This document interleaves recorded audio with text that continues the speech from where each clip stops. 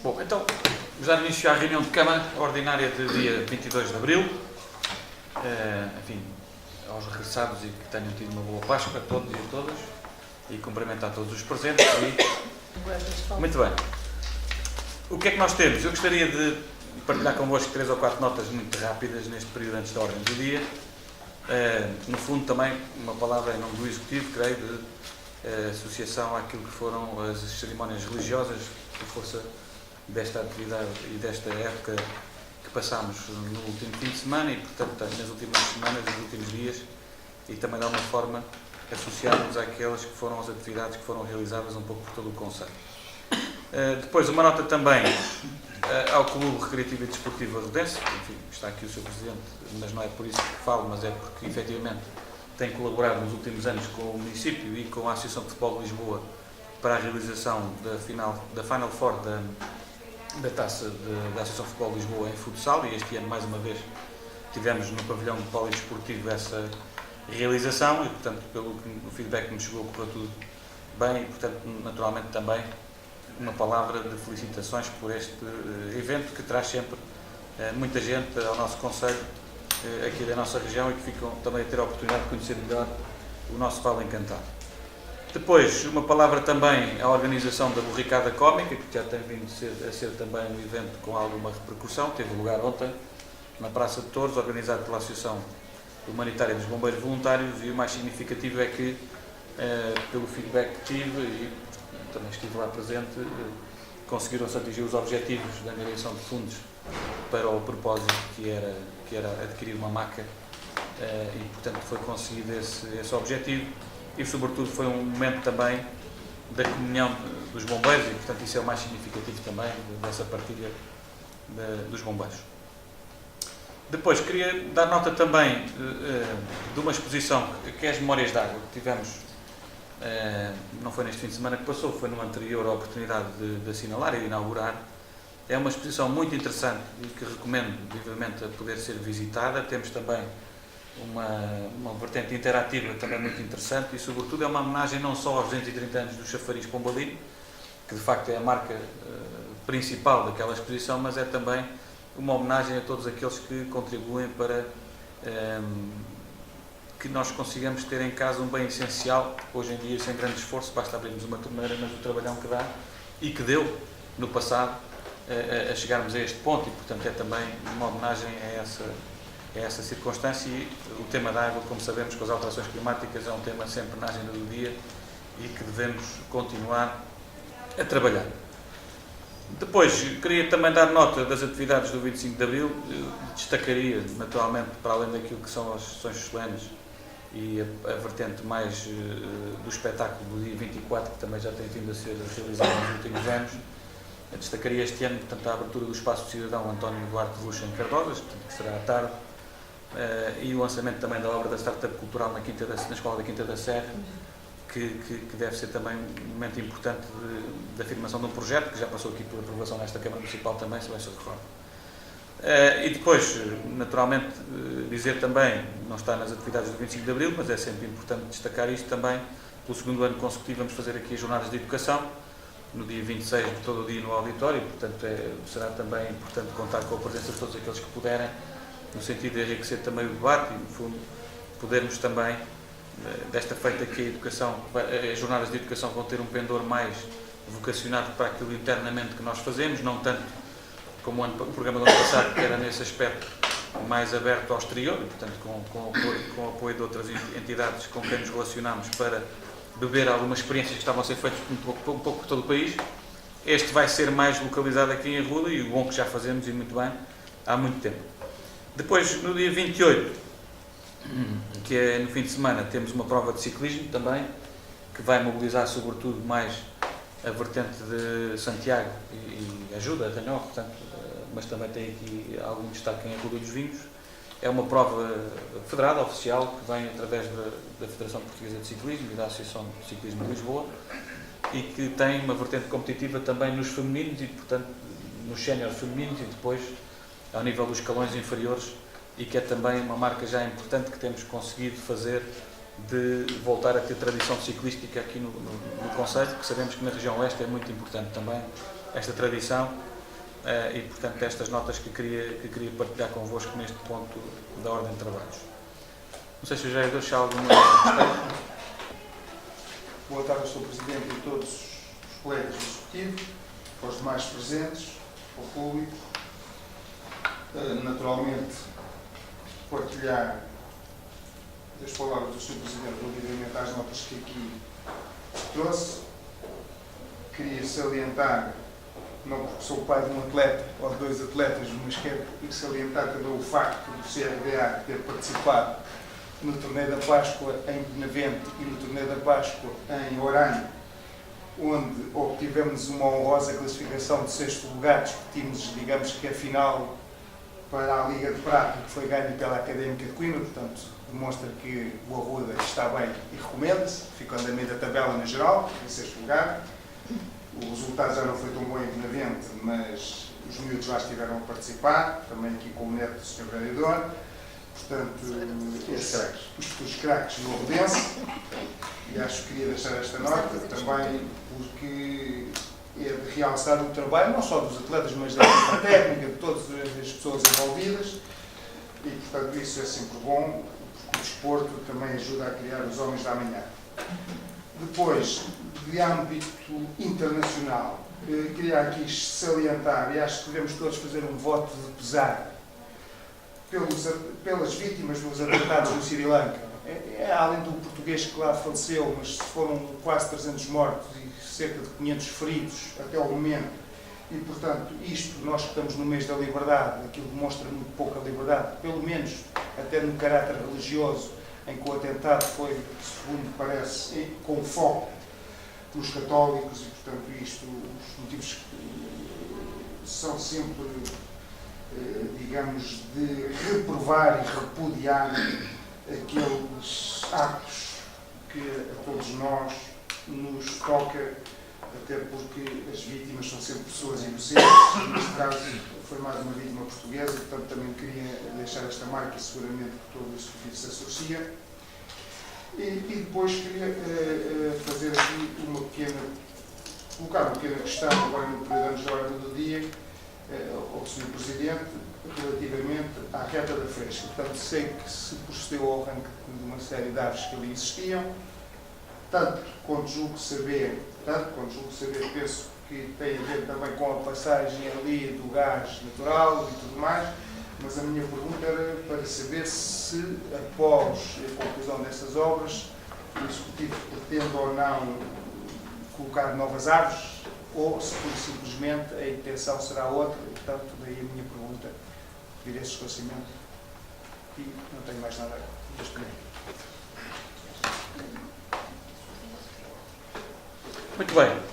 Relativamente às notas, eu creio que, enfim, nos podemos todos associar, creio eu, à questão do voto de Cesar a esta situação, que aparentemente parece ser mais um atentado terrorista, feita com motivações claramente religiosas e que atentam a liberdade da humanidade, não são só das pessoas que foram vitimizadas, infelizmente, embora elas tenham sofrido o que nenhum outro sofreu, mas de alguma forma, quando há um atentado deste tipo, é toda a humanidade que é violentada e, portanto, naturalmente associarmos com certeza a tudo aquilo que disse e reforçando que de facto é de lastimar e de condenar veementemente este tipo de manifestações que de liberdade revelam muito pouco e que num tempo em que precisamos de tolerância e de paz, sermos confrontados com este tipo de notícias de facto abalam-nos a todos naquilo que é a nossa essência enquanto cidadãos de Portugal e do mundo, ao fim e ao cabo.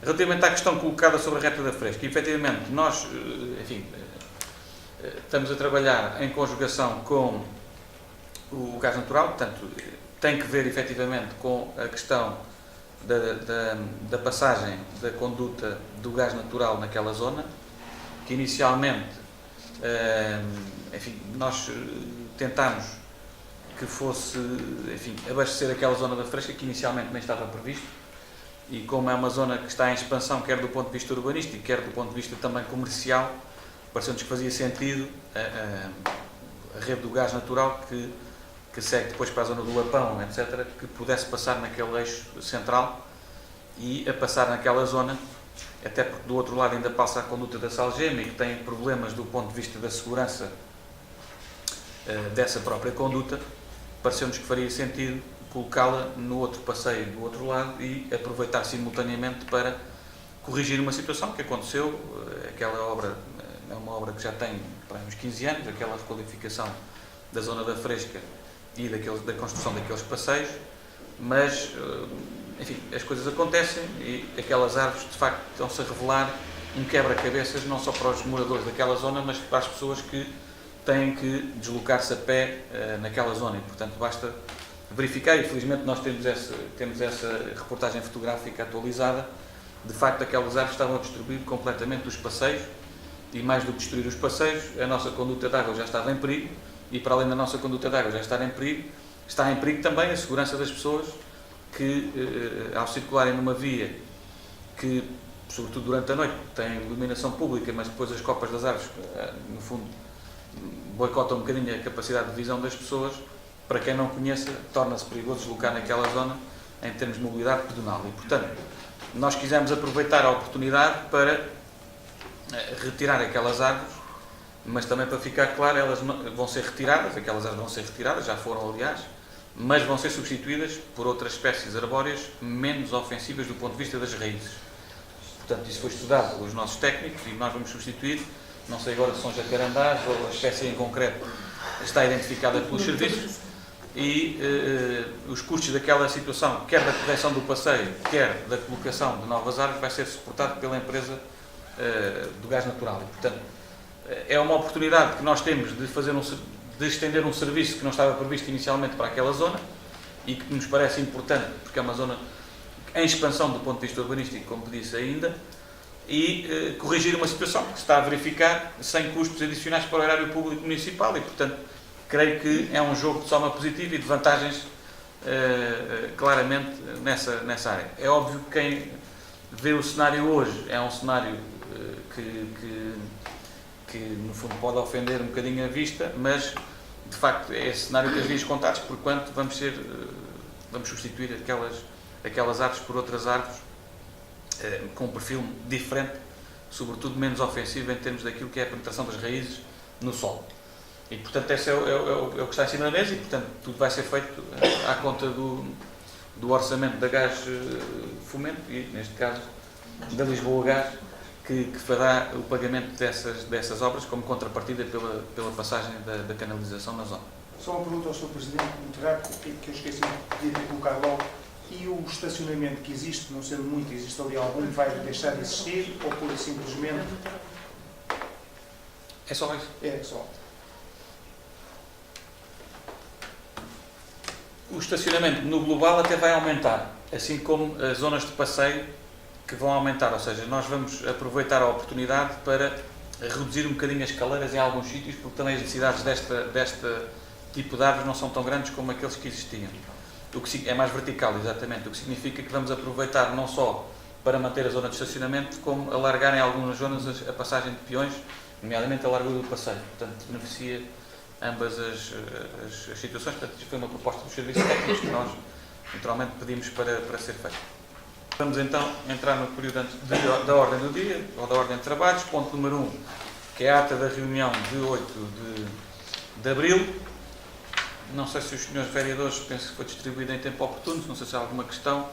O Sr. Vereador Valentino esteve ausente e, portanto, terá abster-se-á da votação. Já estávamos todos, não é? Portanto, não há nada a declarar. Vamos então considerar aprovada esta ata por unanimidade, por maioria, com a abstenção do Sr. Vereador Valentino. O ponto seguinte da ordem de trabalhos diz respeito a uma proposta neste caso, de não aceitação da competência no domínio da saúde. Como sabem, o processo de centralização de competências, e nomeadamente este decreto-lei que está aqui em causa, é o decreto-lei 23/2019 de 30 de janeiro. Nós temos até ao final deste mês de abril para nos pronunciarmos em termos de órgãos municipais e, portanto, este ponto vem hoje à reunião de Câmara. Este ponto vem à reunião de Câmara e depois fará o percurso na Assembleia Municipal, que terá lugar no próximo dia 26 de abril. E, portanto, o que se coloca aqui é que nós, efetivamente, entendemos que não estão reunidas ainda todas as condições para podermos aceitar o exercício desta competência no domínio da saúde já para este ano de 2019. Isto porquê? Porque, efetivamente, no pacote financeiro nós temos ali algumas dúvidas que ainda não foram esclarecidas pela tutela, e neste caso pela ARS, a quem foi delegado essa competência para esclarecer sobre esta matéria, e em todo o caso também nós propusemos, e já decorreu, mas decorreu apenas a semana passada, uma vistoria conjunta entre técnicos do município e colaboradores da ARS, no sentido de perceber o estado atual do imobilizado cuja proposta é transferir para o município da Ruda a sua gestão e, enfim, não há conclusões ainda sobre o relatório e a quantificação das benfeitorias necessárias para corrigir algumas das anomalias que já foram verificadas nos imóveis. E, portanto, tudo visto e somado, entende esta Câmara Municipal, portanto, esta proposta, que não estão reunidas ainda condições para nós podermos assumir as competências na saúde para este ano de 2019, sem prejuízo de depois podermos fazer esse trabalho em 2020, até porque temos também que elaborar um documento estratégico na área da saúde, que a lei prevê que possa ser elaborado e, portanto, também vai demorar algum tempo até podermos ter essa situação resolvida. Um dos outros pontos que vem aqui na ordem de trabalhos também tem que ver, em parte, com essa questão, que tem que ver com as alterações ao mapa pessoal e, portanto, também de reforçar algumas competências técnicas para podermos fazer face a essas competências a receber. E, portanto, tudo isto e somado, entendemos nós que neste momento não estão ainda reunidas essas condições para assumirmos esta competência já para este ano.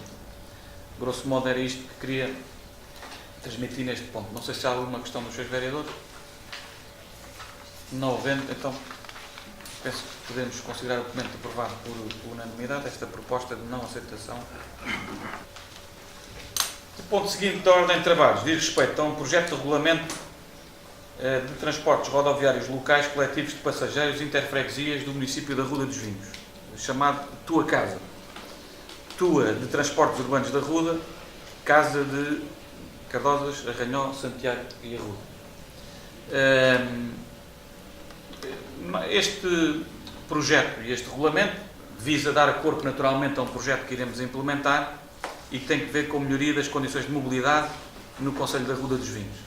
Nós, seguramente, todos nós somos pessoas que andamos no terreno e todos nós, pelo menos mais do que uma vez, já ouvimos queixas ou reivindicações, melhor dizendo, sucessivas das populações, sobretudo aquelas que estão mais afastadas dos centros, quer das sedes de freguesia, quer das sedes de concelho, relativamente a uma escassez de oferta de transporte público, sobretudo no período das pausas letivas. E, portanto, o Tua Casa visa, no fundo, criarmos um sistema de transporte público que seja interfreguesias e que possa, naturalmente, colmatar grande parte desta lacuna que todos nós identificamos naquilo que é, neste momento, as necessidades do nosso território e das nossas populações. E, portanto, este sistema vai ser criado com, digamos assim, circuitos regulares. Os circuitos constam do anexo que está aqui a este regulamento, nomeadamente o anexo 2. São 3 circuitos. Eu diria que temos aqui o circuito que começa em Ruda, no terminal rodoviário, passa no Casal do Telheiro, Há dos Arcos, Camontes, Há do Baço, Alcobelas Baixo, Carvalhal, Tesoureira, Quinta do Passo, Arranhó, Nossa Senhora da Ajuda, Mata e termina no terminal rodoviário. O circuito 2 também inicia no terminal rodoviário e depois passa pela Capelã, Mata, Carvalha, Adoseiros, Santiago dos Velhos, Há de Mourão, Nossa Senhora da Ajuda, Louriceira de Cima, Louriceira de Baixo, Granja, Casal do Telheiro, Fresca e termina no terminal rodoviário da Ruda. E o circuito 3, que começa também no terminal rodoviário, depois passa pelas corredoras, Monteira, Casais da Granja, Quinta da Serra, Antas, Cardosas, Casal Não Há, Fonte Nova, Há de Barriga, Ponte da Laje, vai a Ruda ao terminal e depois volta a ir à Fresca, Lapão, Casal do Telheiro e termina novamente no terminal rodoviário da Ruda dos Vinhos.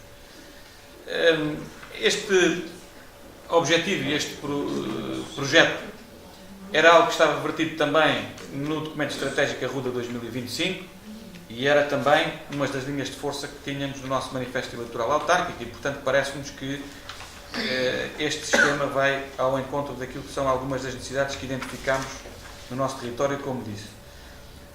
O regulamento em si não tem nada de especial, naturalmente, como qualquer regulamento, visa no fundo definir qual é que é o âmbito de atuação deste projeto, tem os objetivos também, diz qual é que é a entidade gestora, que será a Câmara Municipal, e que se poderá socorrer de agentes privados ou não para fazer este serviço ou para prestar este serviço. Isso é algo que está em aberto.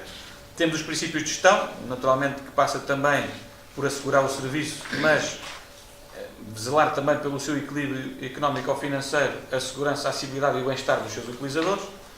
Tem aqui definições, enfim, direitos e obrigações da entidade gestora, dos utilizadores, tem as proibições, tem um quadro sancionatório também para uma utilização errada desse sistema de transportes, tem as tarifas, e as tarifas têm que ver com um bilhete simples ou passos, e portanto passos podem ser mensais ou anuais, e também tem, no artigo 13º, um sistema de reduções e isenções, enfim, que temos reduções de 50% no valor da bilhética para os titulares de cartão sénior, de cartão jovem, aos alunos inscritos na Universidade das Gerações, os titulares do cartão famílias numerosas, e também tem um sistema de isenções para as pessoas que estejam abrangidas por alguns programas municipais, nomeadamente da questão do regulamento da concessão dos benefícios aos bombeiros, o Estatuto de Dirigente Associativo Local, os cidadãos que estejam em situação de desemprego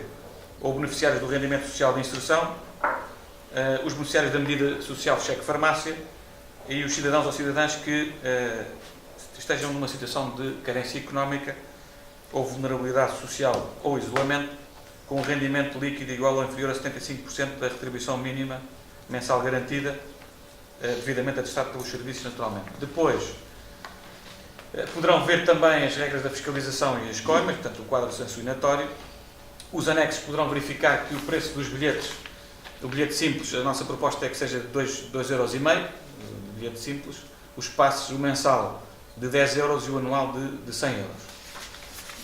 Depois, naturalmente, aplica-se as reduções que falei e as isenções no caso em que se aplica. Os circuitos também, que já falei, estão aqui previstos no anexo 2, e o anexo 3º tem também aquilo que é um quadro com alguns custos que nós estimamos que este projeto possa custar ao erário público municipal. Nós temos já um veículo que foi desativado do transporte escolar e, portanto, por questões legais, mas que está perfeitamente apto a poder ser disponibilizado, um autocarro de 21 lugares que poderá ser disponibilizado para este serviço e que já estamos a trabalhar para esse sentido.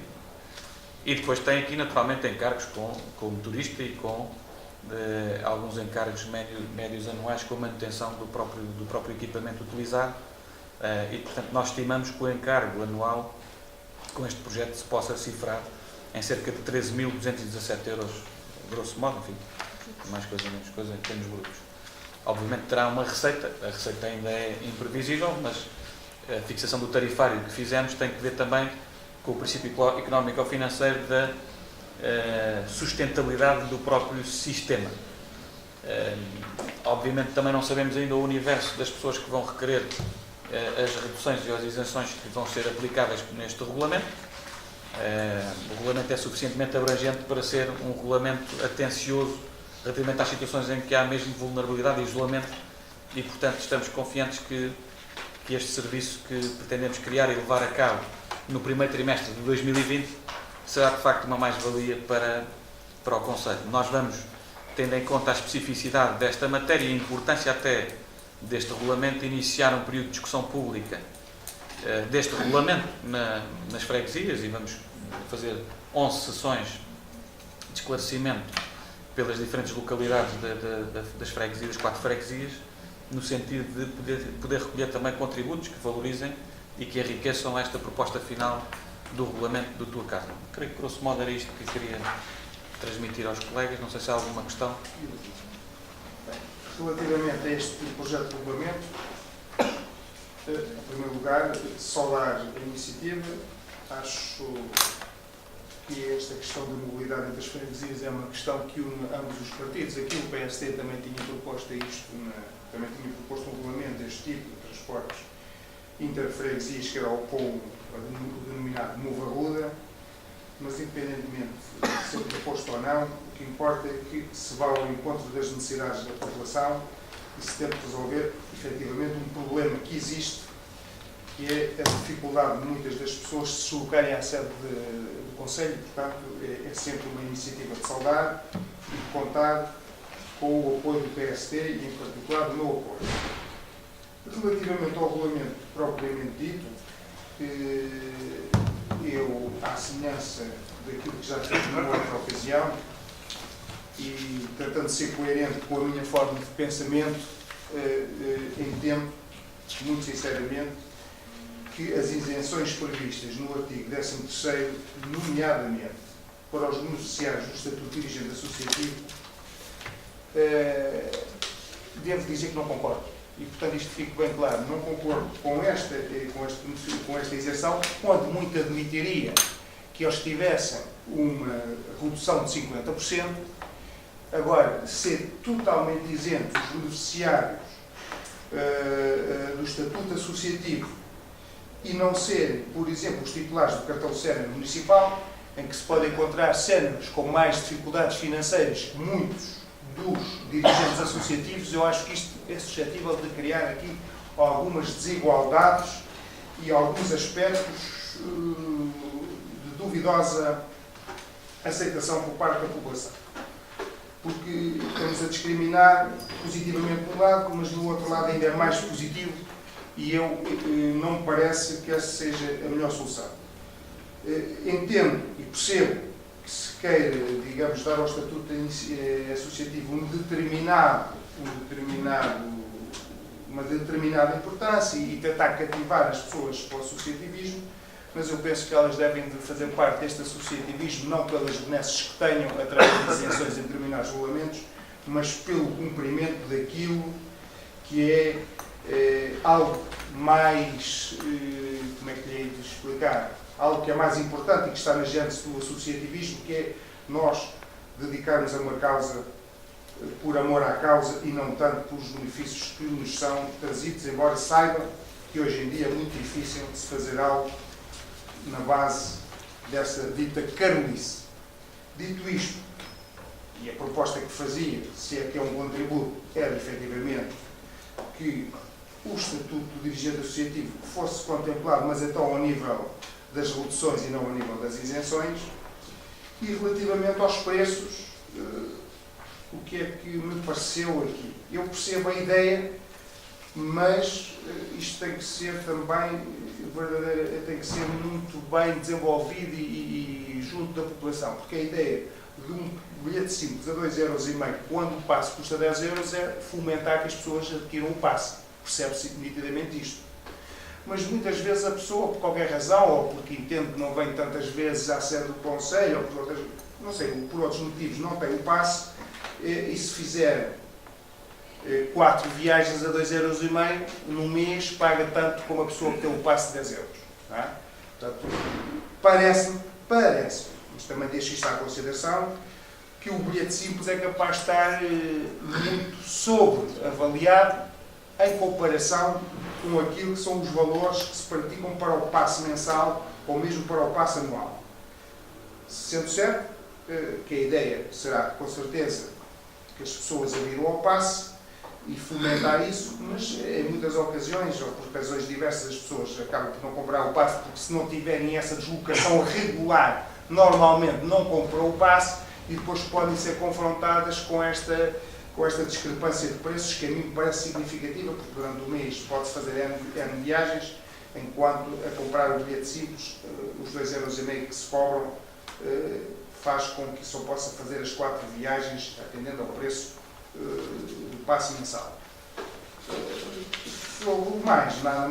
Nada tenho a acrescentar. Pronto, dou estes 2 contributos da nossa maneira de pensar o assunto e, portanto, deixar a consideração do Sr. Presidente para analisar se assim o entender e as propostas ficam apresentadas. Muito bem. Eu queria dizer o seguinte: eu fico satisfeito já por uma coisa, que da oposição venha uma crítica que nós estamos a isentar a mais. Eu ficava preocupado se dissesse que o Executivo estava a prever a menos, ou estava a deixar muitas pessoas de fora, ou estava a ser pouco ambicioso nesta área. Aqui estou a receber um contributo contrário, que também é...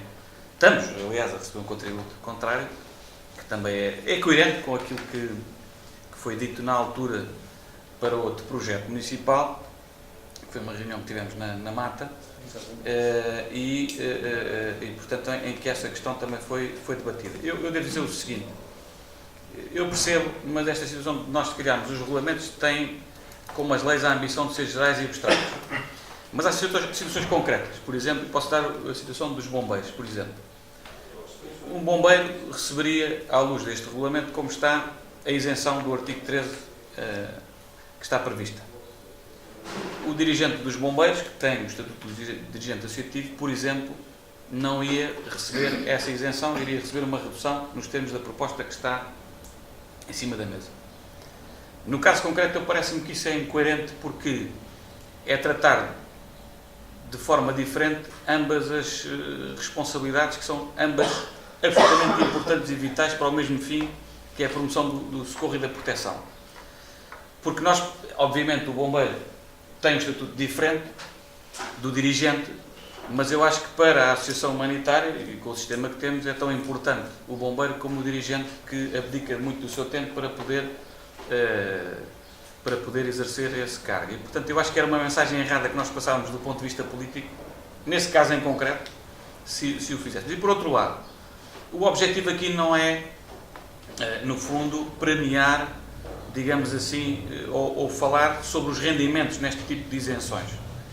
Aliás, se o fizéssemos também, se calhar, o cartão de famílias numerosas não fazia sentido existir, ou seja, o cartão de famílias numerosas tem como objetivo premiar a natalidade, ou no fundo incentivar a natalidade, concedendo uma discriminação positiva, e não tem uma finalidade de apoio económico ou de subsidiação, porque efetivamente nós também sabemos que eventualmente algumas famílias que são numerosas, se formos a atender aos rendimentos potenciais dessas famílias, eventualmente não precisariam do subsídio ou não precisariam dessa discriminação positiva.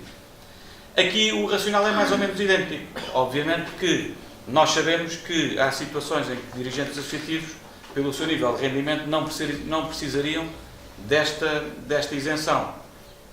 No entanto, o que está aqui a ser premiado e a ser incentivado é precisamente o exercício e o reconhecimento da valia, que em termos políticos também existe, do exercício, muitas vezes, a título pro bono, daquilo que é uma função também muito importante e relevante na sociedade, que é, digamos assim, aquilo que é o esforço que fazem na causa pública através do movimento associativo.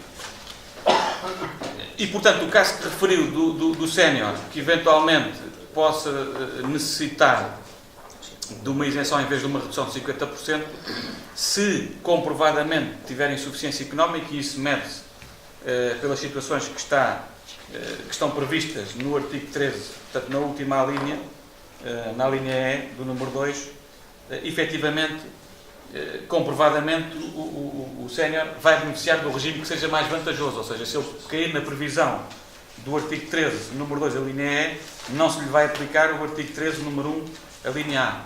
Portanto, aplica-se o regime mais vantajoso para o município. Portanto, eu creio que a situação ficará estabilizada.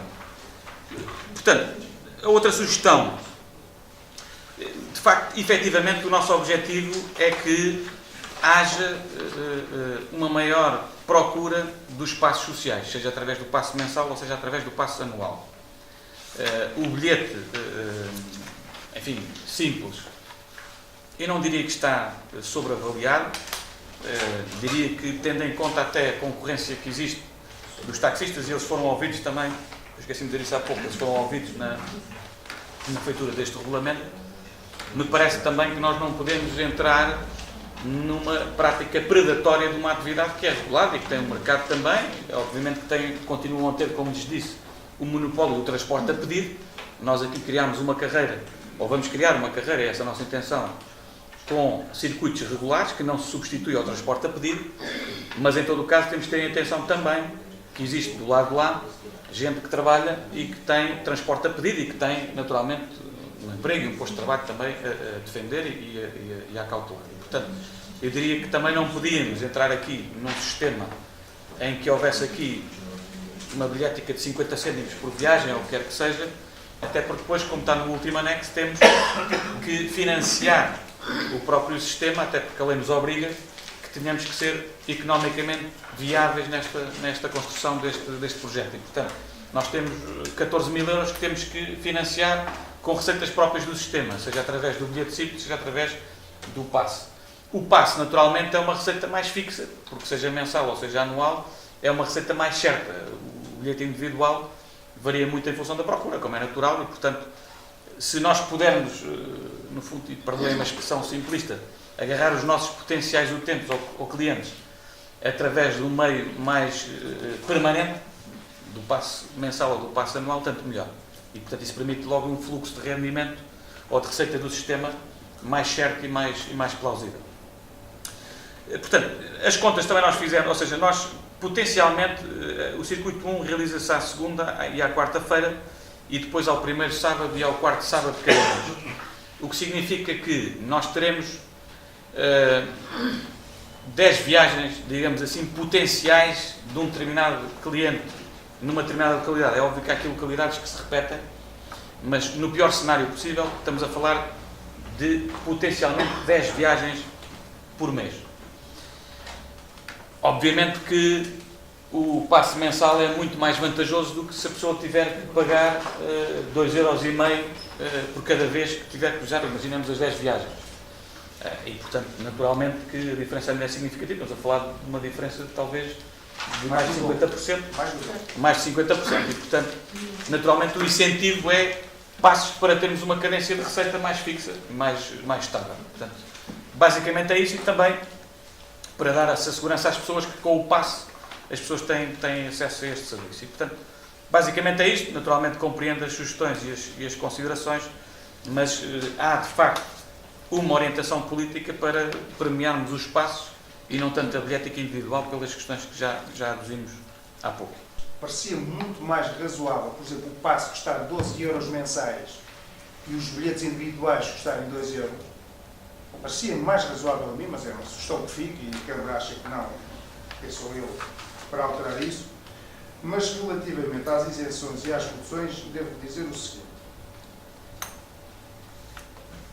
Eu, em coerência, quando olhamos para o benefício do Estatuto do Dirigente Associativo, naturalmente só tenho a apoiar e a congratular com o facto de haver pessoas que ainda estão disponíveis para se dedicar pro bono ao associativismo. Temos aqui uma pessoa na sala, portanto, que é Presidente da Assembleia Geral do Clube, portanto, isto é de louvar, quem diz esta pessoa, todas as outras pessoas que se ligam no nosso Conselho. Mas a questão é, o associativismo de per si não tem a ver com o estatuto da redução ou não ou com esta isenção do pagamento do bilhete. Porque se nós dissermos que se há dirigentes associativos que efetivamente até têm carências económicas, muito bem, também caía na linha E, o raciocínio era o mesmo que aquilo que o Sr. Presidente expôs para o caso das famílias numerosas. Caíam aqui ou para o caso dos titulares do cartão sénior. Porque se houver um dirigente que efetivamente tem dificuldades económicas, naturalmente que estaria abrangido pela linha E. O que me parece a mim, e isto eu não tenho nenhum complexo em dizê-lo, porque eu acho que nós temos que pensar nestas medidas não é pelo politicamente correto ou por aquilo que cai melhor na opinião pública. Porque o que cai melhor na opinião pública quer dizer isenção para todos. Então, nem punhamos reduções a 50%, criávamos tudo só classes de isenções e isso é que era fantástico. Mas eu consigo. Primeiro, acho que isto é um serviço útil e necessário. Segundo, é um serviço que tem custos e que eu tenho dúvidas que os custos sejam apenas os 13.000 aos 14.000 euros que estão aqui apontados no tal. Porquê? Porque nós sabemos o que é ter um autocarro ou um minibus a circular, problemas que possam ter, reparações, tudo isso, isto são o dar afeto um turista, tudo isto são custos, mas que são bem-vindos porque estamos a prestar um serviço à população e às pessoas. Dizemos que os beneficiários do Estatuto de Dirigente Associativo têm que ter uma isenção. Eu, sinceramente, pronto, pode ser um erro meu, admito isso, mas não me parece que seja a maneira mais interessante de valorizar esta questão da mobilidade e dos serviços que o município está a prestar. Pelo contrário, até acho que há muitos dirigentes associativos que têm essas possibilidades, uns que são mais velhotes, se calhar já caem naquela alçada dos titulares do cartão Sena, beneficiariam por aí. Os outros que são mais jovens, provavelmente também nem sequer trabalham no Conselho. Mas está-nos a dar este estatuto, quer dizer, eu acho que não tem nada a ver com o exemplo que o Sr. Presidente disse relativamente aos bombeiros voluntários, porque os bombeiros voluntários, a função em si é digna de merecer aqui uma atenção especial dos próprios bombeiros. Os membros dos corpos dos bombeiros, nós temos 2 vereadores que são membros dos corpos dos bombeiros. Por acaso vivem em Arruda, não vão utilizar este serviço, mas graças a Deus, tanto quanto eu julgo saber, nenhum deles precisava de utilizar esta isenção, se vivessem em Arranhão ou se vivessem em Santiago. E não deixavam de estar a cumprir uma missão interessante e empenhada a favor da nossa coletividade e a favor dos arrudenses. Parece-me a mim que é de facto excessivo esta isenção. A mim parece-me excessiva, mas pronto, assumo, digamos assim, o ónus desta minha interpretação e o Executivo tem a vontade de propor um propósito. Ó, Sr. Vereador, você tem sempre a última hipótese, que é exercer o seu voto conforme entender e pode votar contra por não concordar. Agora, eu voto a favor do regulamento, não voto a favor desta cláusula, mas como eu posso votar contra... Isto aqui não é como a Assembleia da República, a votação é geral. É geral. Não há votações na especialidade, portanto, ou assumo o todo... O meu contributo foi eu pensei que o Sr. Vereador às vezes não gosta de assumir o todo, mas ou se assume o todo e a sua responsabilidade inerente a assumir o todo, ou então não se assume. Não, fica dito aquilo que eu penso quanto à especialidade. Eu sobre isso queria dizer o seguinte também já agora. É óbvio que os regulamentos são gerais e abstratos, mas... E é óbvio que isto é uma opção política de reconhecimento de um trabalho que é feito muitas vezes a título pro bono, como eu tive o cuidado de dizer, e que de alguma forma os poderes públicos estão a dizer, mas senhores, nós reconhecemos o vosso trabalho, estamos ao vosso lado e queremos que continuem porque é um trabalho absolutamente meritório e essencial para a vida na coletividade. E, portanto, encontramos esta forma de estabelecer estes incentivos que, naturalmente, não há ninguém que, penso eu, que vá tomar a opção de ser dirigente associativo na coletividade ou na associação A, B ou C por causa de poder beneficiar da tua casa. Eu, obviamente, também não creio que seja essa a premissa aqui. Agora, se nós pensarmos também em casos concretos, por exemplo, alguém que é dirigente associativo e que tem que tratar, por exemplo, de uma festa, de uma coletividade A, B ou C, e que se tenha que deslocar ao espaço do cidadão ou à loja do cidadão para dar entrada dos requerimentos e fazer as coisas que tem que fazer, ou vir aqui aos serviços pedir alguma orientação sobre essa matéria, se puder utilizar a tua casa para fazer isso, coisa que admito perfeitamente que passa a acontecer, eu diria que já é uma vantagem e já estamos a cumprir essa missão, porque estamos a poupar o orçamento pessoal dessa pessoa no exercício de uma coisa que é para a comunidade que envolve. E, portanto, se isto acontecer já é benéfico e, portanto, naturalmente que já valeu a pena termos implementado esta isenção do artigo 13º, neste caso, dos dirigentes associativos. Portanto, basicamente é isto. Bom, dito isto, eu penso que estamos todos esclarecidos. A Ruth está-me aqui a chamar a atenção e é verdade. Nós, no âmbito da Semana da Mobilidade, de setembro de 2018, já tivemos a oportunidade de testar estes circuitos e, sobretudo, o cumprimento dos horários, etc. Portanto, este já foi trabalhado também com a Boa Viagem, mas também colocámos em prática durante uma semana, talvez. E portanto, os timings que aqui estão funcionam mesmo. Havia aqui alguns que tinha dúvidas, mas também houve um dia que tive a oportunidade de fazer o circuito e, de facto, nós conseguimos cumprir os timings que estão aqui subjacentes a cada paragem e cada localidade.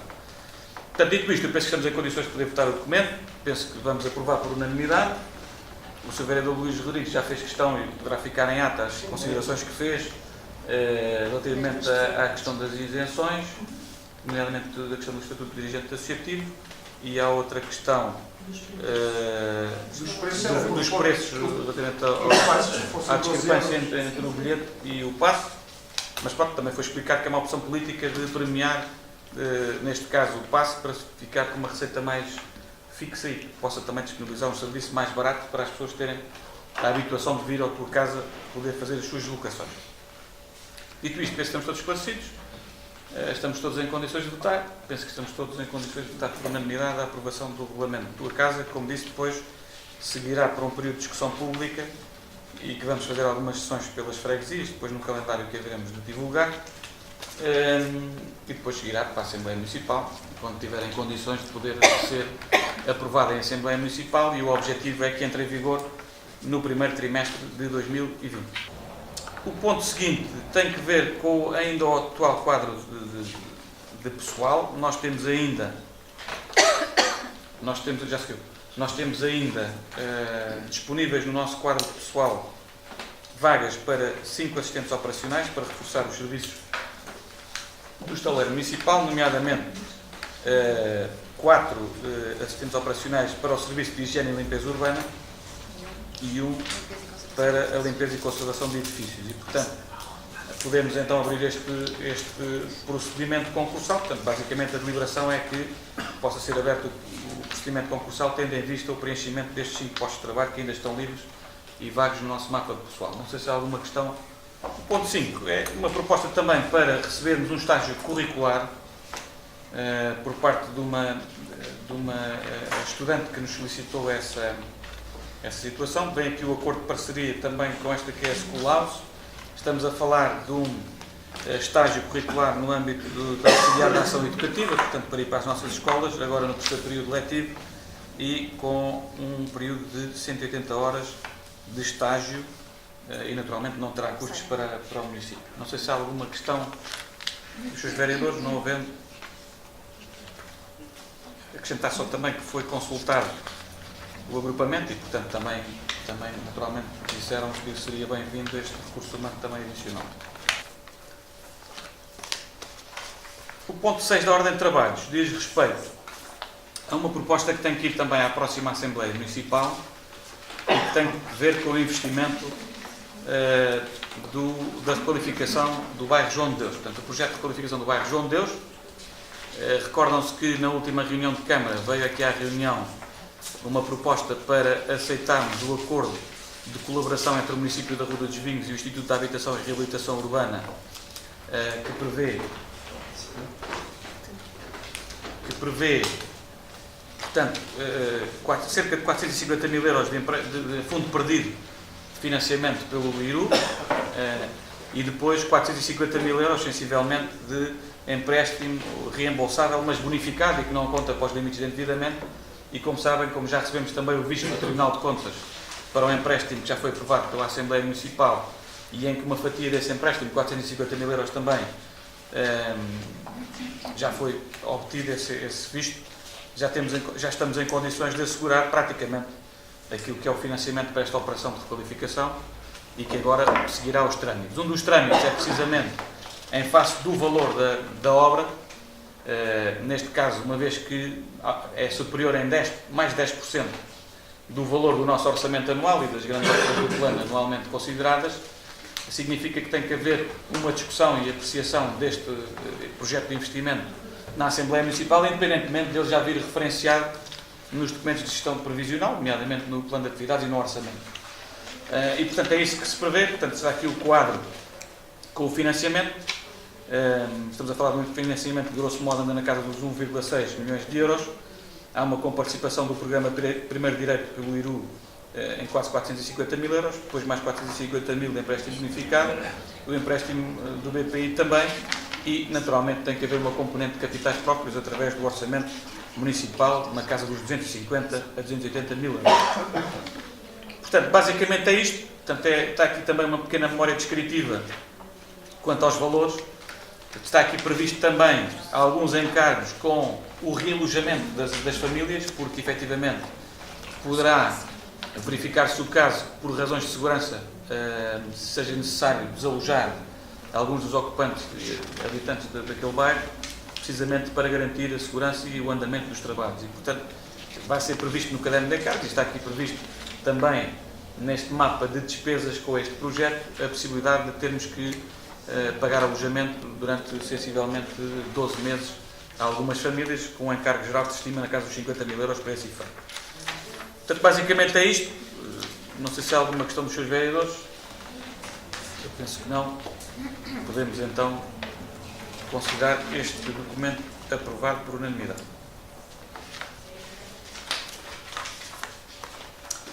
O ponto seguinte é o ponto 7.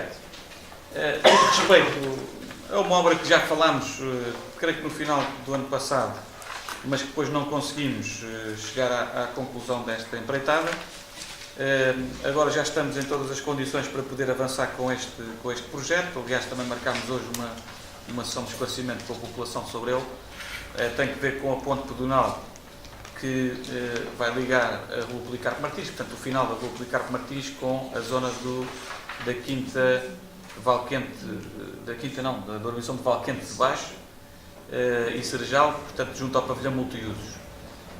Simultaneamente, enfim, já recebemos a semana passada e portanto estamos em condições de poder deliberar hoje essa mesma circunstância, a aprovação da APA, portanto da Agência Portuguesa do Ambiente, para a utilização do domínio hídrico e para podermos executar esta infraestrutura.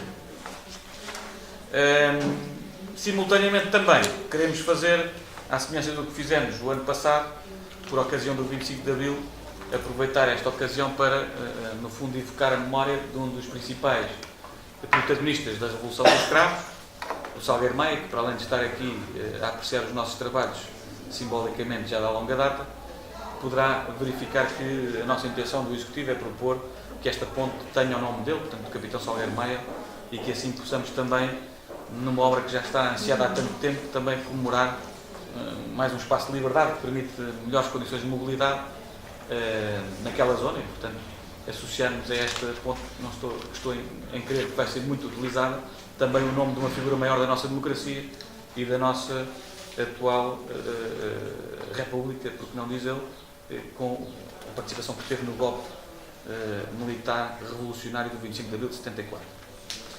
Não sei se há alguma questão associada sobre esta matéria. Relativamente a esta questão, Sr. Presidente, o que é que o PSD tem a dizer? Em primeiro lugar, saudar esta proposta desta obra. É uma proposta que também vinha de tempos idos e que o PSD não conseguiu concretizar, mas que era uma proposta antiga. E oxalá agora tenha, digamos assim, a luz do dia e que se realize esta ponte, que não tenho dúvidas nenhumas que esta ponte pedonal é importante, não só para a mobilidade, mas sobretudo pelo facto de aproximar, digamos assim, as pessoas do multiuso, onde existem tantos espetáculos e onde ocorrem tantos eventos. Isso é sempre salutar e, portanto, quanto a isso, nada a opor e, pelo contrário, a saudar. Relativamente ao nome da ponte, o que é que eu vou dizer em nome do PSD e muito particularmente em meu nome? É reconhecido e é sabido o papel do Capitão de Abril do Salgueiro Maia.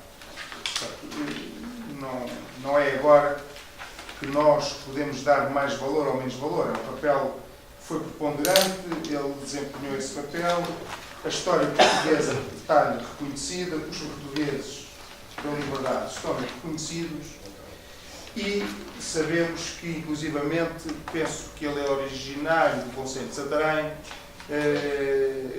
pelo menos estava ali, não tenho bem a certeza se vou cometer aqui alguma gafe, mas sei que Santarém atribuiu uma ponte de grande dimensão com o nome Salgueiro Maia. E, portanto, esse nome Salgueiro Maia é algo que já está de veras, digamos assim, na memória de quem segue estas matérias. Eu sou muito apologista da gente valorizar as figuras maiores do nosso conceito. Não quero com isto retirar qualquer valor a esta figura maior da história nacional, mas existem nomes que são figuras grandes do nosso conceito que se poderiam atribuir a esta ponte. E nesse sentido, tomo aqui mais uma ousadia da minha parte, mas tenho aqui, eu lembro-me de 3 nomes agora que podia aqui referenciar como bons nomes para aquela ponte. Um deles seria o Dr. João Alberto Faria, outro nome seria o Asdrúbal Duarte Cunha E um outro nome, até para não dizerem que as áreas políticas são distintas, por que não o Germano Peixinho da Costa, que ainda agora fez 100 anos e quer queiramos, quer não, é uma figura grande do nosso Conselho, até pela humildade que tem e por aquilo que representa para muitas pessoas do Conselho, nomeadamente para a instituição Bombeiros Voluntários da Ruda das Flores. E nesta perspectiva, eu sem querer criar aqui qualquer embaraço, quero dizer que, naturalmente, que voto favoravelmente ao projeto e, relativamente às figuras, dou 3 nomes, que são os contributos deste modesto e humilde vereador, e a Câmara Municipal, se entender que estes 3 nomes, que são pessoas da nossa terra, não são suficientemente grandes para ficarem com o nome naquela ponte, que se atribui então o nome do Salgueiro Maia, mas eu não podia deixar de dar estes contributos. Já nos vamos conhecendo e vai perceber que eu não resisto a fazer um comentário, enfim, que é meu, me responsabiliza a mim, não aos meus colegas, mas tenho que o fazer. Francisco Sá Carneiro tem uma rua Eu não e tem uma Francisco parte. Sá Não, Carneiro. mas estou a falar. Eu coloco os bois nos nomes, os nomes nos bois, sem problema nenhum, com a devida respeito, não estou aqui, é só para usar uma expressão popular. Não tenho problemas quanto a isso. O argumento de que se deve evidenciar só figuras da terra, eu acho que devia ser coerente pelos diferentes estágios da nossa participação política aqui no Conselho. Eu não reconheço, e isto responsabiliza-me a mim, papel mais relevante no Francisco Sá Carneiro, para não dizer outra coisa, mais relevante no 25 de Abril e no atual sistema político que temos, pluralista e representativo, não reconheço mais papel relevante a ele do que ao Salgueiro Maia. Se calhar até antes pelo contrário. E nós, em determinada altura do nosso contexto político aqui na autarquia, decidiu-se bem, não estou a questionar isso, que o Sá Carneiro devia ter o nome de uma praça e o nome de uma rua, que é uma variante importante, na freguesia de Arranhol. E, portanto, dizer-se aqui que o Salgueiro Maia é importante, mas devíamos privilegiar as figuras da terra, é incoerente. É incoerente com esse passado e é incoerente porque não estamos a dar a devida importância a um homem que foi absolutamente vital e talvez seja a pessoa mais genuína na Revolução do 25 de Abril. E cada vez que vou lendo mais coisas sobre o 25 de Abril, me parece que talvez tenha sido a pessoa mais genuína. Já agora queria só dar uma nota de precisão. Nós tivemos, por organização da Assembleia Municipal, e muito bem, há um ano e tal atrás, em 2017, creio, uma exposição do Salgueiro Maia, dedicada à figura do Salgueiro Maia, e ele é de Castelo de Vido. Obviamente Santarém está umbilicalmente ligado ao Salgueiro Maia, porque ele comandava, na altura, as tropas lá, que, praticamente com praças que não sabiam o que era pegar numa arma, vieram para Lisboa desafiar o poder instituído. E, portanto, esse papel é impagável, nós não vamos conseguir pagar e não queremos apagar definitivamente, pelo menos eu não quero. E até acho que a ponte sabe-me a pouco. Se querem que lhes diga, tivemos essa discussão numa reunião interna, até me sabe a pouco ser só a ponte com o nome do Salgueiro Maia. Mas, em todo o caso, acho que é melhor a ponte já, pelo simbolismo que ela tem, pelo que representa para aquelas populações daquela zona do Conselho e pelo que permitirá, naquilo que disse muito bem, fazer pontes, fazer ligações, liberdade de acesso à cultura, liberdade de acesso, enfim, uma série de justificações que nós temos, parece-me altamente relevante ser a ponte Salgueiro Maia. Depois dizer o seguinte, das figuras que apresentou, tenho estima por todas elas. O Dr. João Alberto Faria, felizmente, já tem o nome de uma rua, no Conselho da Ruda. O Asdrubal Cunha não tem ainda. Poderia ser uma hipótese. Nós trabalhámos também com ele nas comemorações do Foral e ele foi o Presidente da Comissão de Honra e também pude conhecê-lo melhor e perceber que é de facto um arrodense de alma e coração.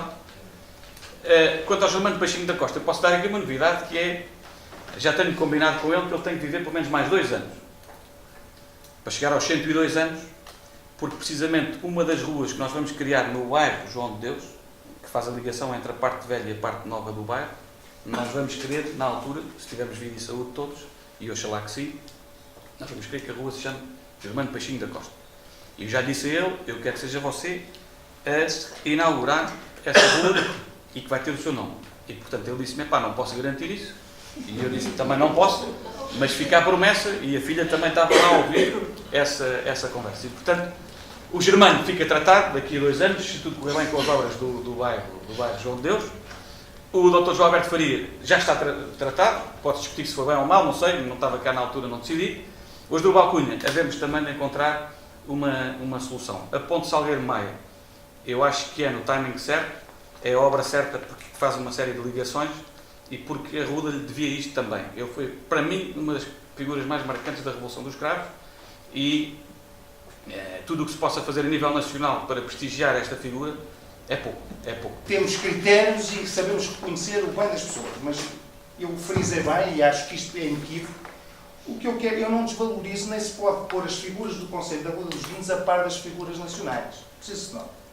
Eu frisei bem que eu prefiro homenagear as figuras gradas do nosso Conselho porque as outras já o país as homenageou. Não quer dizer, nem de longe de mim, tal a ideia de dizer que o Salgueiro Maia não tem direito a ter uma rua, uma ponte, o que quer que seja em Rua dos Vinhos. Naturalmente que tem direito a isso, e se o Executivo assim o entende que é mais experimente esse nome, é esse o nome, porque naturalmente que tem uma maioria consolidada para o fazer.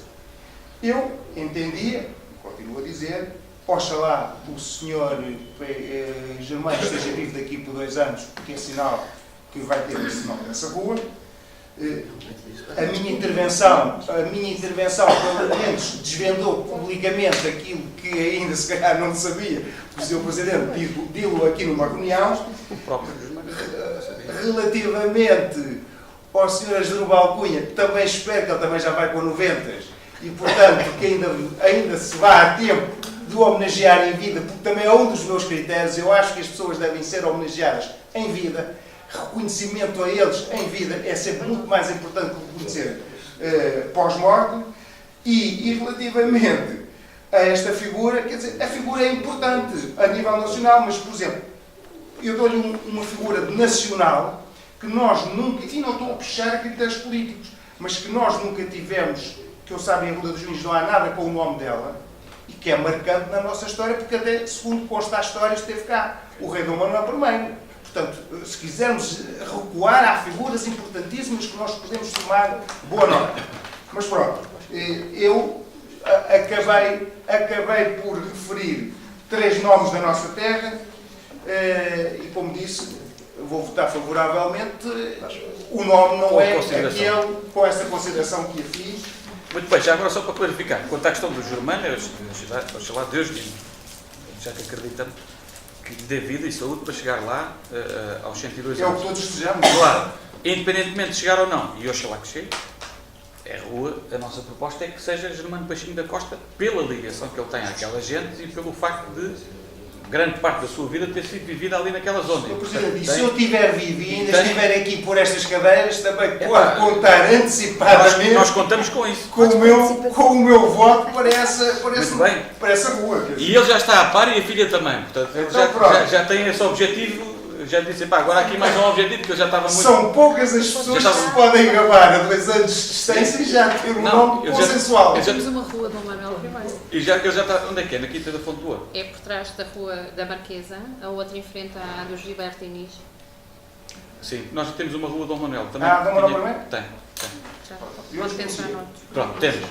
Mas, de qualquer das formas, o Germano é por isso, e ele já estava um bocadinho derrotista a dizer que tinha sido o último aniversário. Não. Tem que ainda fazer mais 2, pelo menos, que é para a gente inaugurar uma coisa que está em seu nome. Tal. Mas pronto. Foi mais nesse aspecto, não é aquilo de segredo nenhum, mas é mais por graça até do que propriamente com conteúdo formal.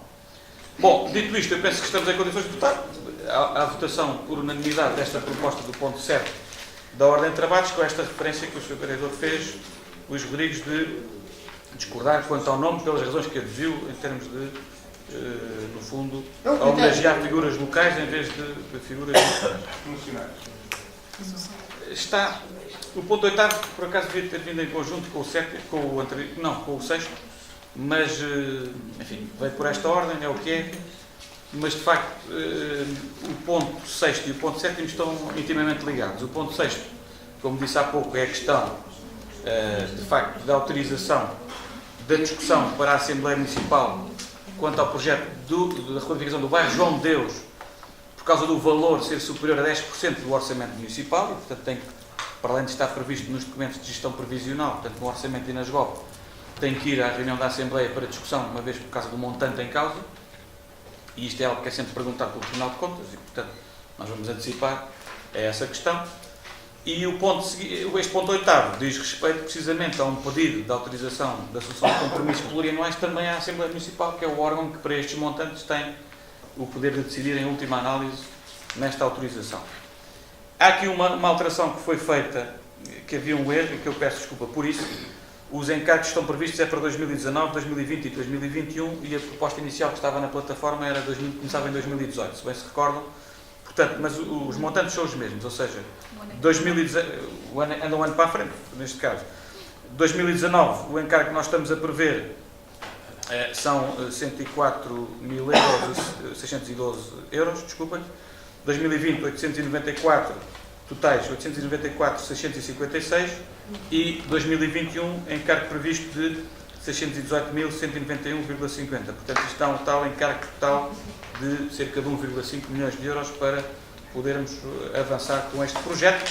E o nosso objetivo agora é, depois destas autorizações da Assembleia Municipal, trabalharmos o caderno de encargos, submeter a concurso, encontrar uma entidade que queira concorrer e fazer esta obra, celebrar o contrato, levar o contrato a visto do Tribunal de Contas. No mundo ideal, eu diria que ainda temos condições para lançar esta empreitada este ano. Vamos ver se temos ou não. Assim dirá o mercado e assim dirá o Tribunal de Contas, que tem que se pronunciar sobre esta matéria também. Não sei se há alguma questão sobre isto. Não havendo. O ponto 9 da ordem de trabalhos diz respeito ao Programa Educativo Comum. O Programa Educativo Comum é um documento que estava previsto ser aprovado. Era uma das conclusões da Convenção Arruda 2025 e do Documento Estratégico Arruda 2025, ser aprovado e, portanto, ser levado a cabo. Estava também previsto como conclusão das jornadas de educação do ano de 2018, portanto, do ano passado, e, no fundo, também, uma vez que a nossa Carta Educativa, aprovada a última versão, já é de 2006, urgia, de facto, era necessário nós voltarmos a debruçarmos sobre esta matéria num documento estratégico na área de educação. Como sabemos, a educação tem sido um dos principais pilares de desenvolvimento do nosso Conselho nos últimos anos.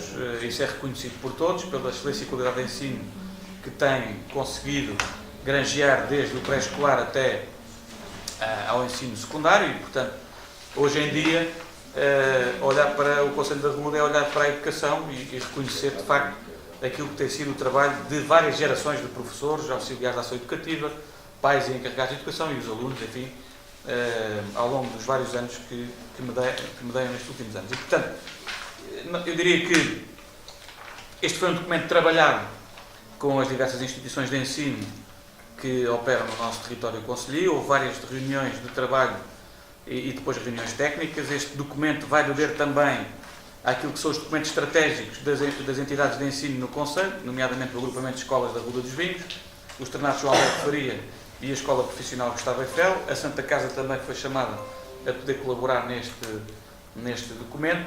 O documento obteve contributos também do Conselho Municipal de Juventude e do Conselho Municipal de Educação, onde foi objeto de deliberação a termos de parecer. E, portanto, vocês poderão verificar aqui um documento que é composto por uma introdução. Eu vou-me escusar a desenvolver aqui detalhadamente esta matéria, mas, de qualquer das formas, o documento está pensado para ter uma introdução que vem referir aqui, digamos assim, aquele introito que acabei por referir há pouco.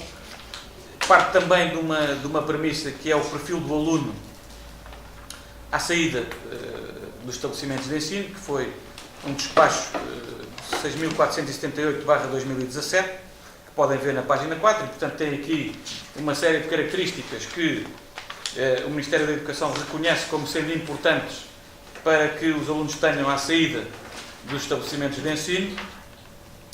Depois temos da página 5 até a página 18, grosso modo, um enquadramento mais a nível estatístico e o diagnóstico da situação atual neste setor, e, portanto, com dados trabalhados e recolhidos também das escolas e com dados também que são oficiais, e, portanto, é um trabalho que, em termos para a memória futura e para a planificação, também é importante, uma vez que está aqui um relatório pormenorizado até do estado atual da arte, se me é permitida a expressão, neste setor. E depois entramos na página 21, 19, 20 e seguintes, mais concretamente naquilo que é as estratégias que nós devemos seguir enquanto comunidade. Enfim, temos aqui uma análise SWOT também dos pontos fortes, dos pontos fracos e das ameaças que temos no nosso sistema educativo, e depois temos uma parte mais final, a partir da página 26 e seguintes, com uma estratégia mais virada para a ação. Portanto, mais virada para a ação, estamos a falar de introdução das novas tecnologias, estamos a falar de um currículo mais local que também possa partir do contexto local para o contexto global, perdão, e que possa, no fundo, fomentar um gosto pelo nosso território, e a valorização dos nossos recursos humanos passa por aí, ou seja, nós só podemos atrair talento e reter talento se tivermos essa capacidade de valorizar os nossos recursos humanos. Portanto, cada território só terá futuro quanto mais qualificada for a sua população, e, portanto, nessa perspectiva, este cenário da ação é um bocadinho para preparar com os novos desafios que a educação tem, naquilo que é também a revolução digital que está em cima da mesa. Depois temos um conjunto de estratégias mais latas, mais a médio e longo prazo, nomeadamente a questão do Arruda Lab, que é um centro de inovação agroindustrial, e a possibilidade de termos formação superior também no Conselho da Arruda, está aqui vertido no documento estratégico, e também temos uma parte também para valorizar, e é algo que ainda não foi feito, pelo menos entendemos nós convenientemente, a carreira docente e aquilo que foi o papel dos professores que, ao longo do seu percurso na formação dos nossos recursos humanos. E, portanto, basicamente, depois poderão ver os documentos que foram consultados também na parte final, para elaborarmos este projeto educativo comum, que tem apenas uma ambição de apresentar uma visão estratégica da educação a médio e longo prazo, e que, independentemente das maiorias conjunturais que existam nos órgãos municipais e nos órgãos de gestão das próprias entidades de ensino, que possa, no fundo, prolongar e ter aqui um objetivo que seja um bocadinho alheio às variações que podem existir, e, portanto, seja um tom comum que possa ser objeto de um consenso amplo e alargado. E, portanto, fico feliz por verificar também que no Conselho Municipal de Educação, apesar de ter sido uma discussão participada em alguns pontos e animada até, ter havido um consenso generalizado, ou seja, foi concedido o parecer favorável por unanimidade a este documento estratégico, que é agora proposto para a sua aprovação em reunião de Câmara e depois na Assembleia Municipal também. Portanto, dito isto, enfim, em termos de enquadramento geral, eu penso que está feito este esclarecimento. Não sou a vereadora Cecília que me ajudou, se me quer dar aqui alguma acrescente, mas estou à vossa disposição para alguma questão mais concreta que surja na discussão.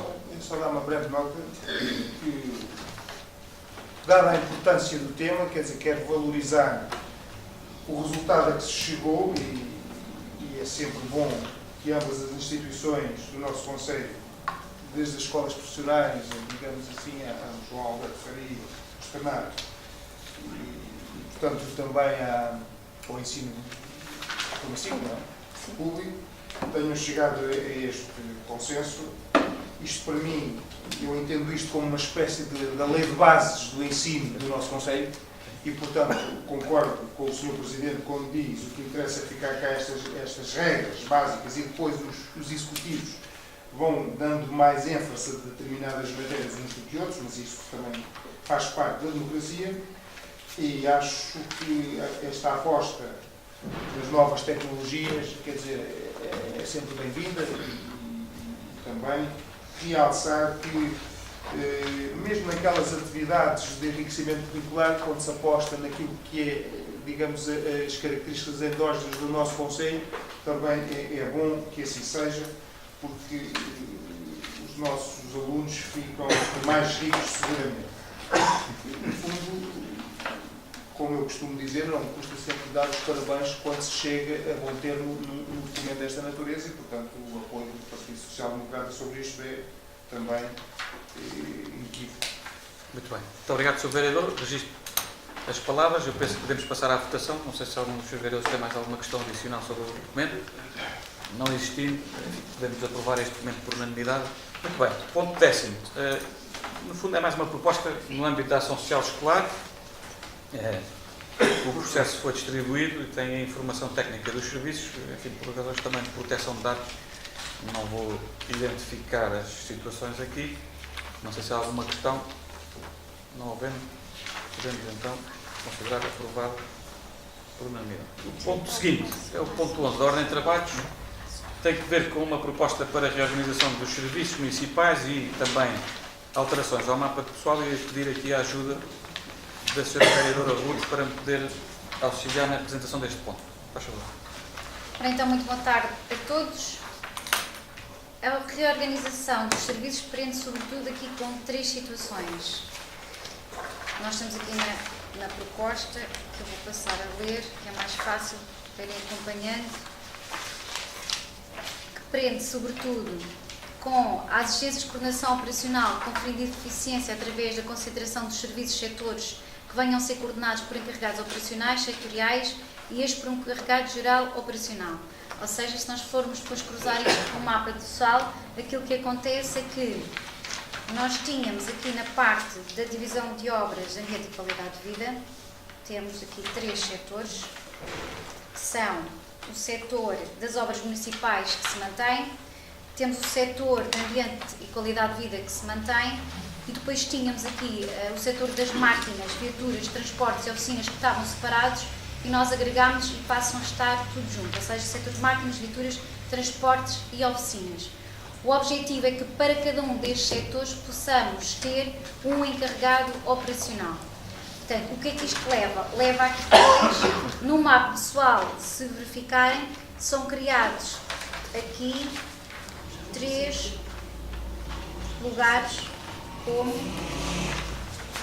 Ora, está aqui, não sei se estão a acompanhar ou não. Portanto, temos o encarregado geral operacional e depois temos aqui os tais 2 novos, que é o encarregado operacional. Nós neste momento só temos um encarregado operacional, o objetivo é que passamos a ter 3 encarregados operacionais, um por cada setor, o que nos levará depois a poder nomear um encarregado geral operacional que irá, digamos assim, tutelar e chefiar todos os outros. Portanto, o objetivo aqui é criar umas subdivisões, digamos assim, entre estas áreas do estaleiro, sobretudo, porque aquilo que se depreende é que, estando apenas um encarregado operacional, ele não consegue acompanhar, como é pretendido, todos os trabalhos e todos os setores. Portanto, o mais correto é, por cada setor, termos um encarregado operacional e depois, então, um encarregado geral operacional.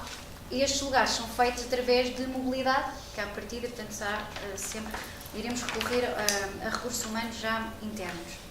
Depois, o ponto B, a linha B, às exigências de coordenação técnica e administrativa no Serviço Municipal de Proteção Civil, correspondendo desse modo aos desafios que são colocados numa área de atuação cada vez mais sensível. Portanto, saiu no dia 1 de abril o Decreto-Lei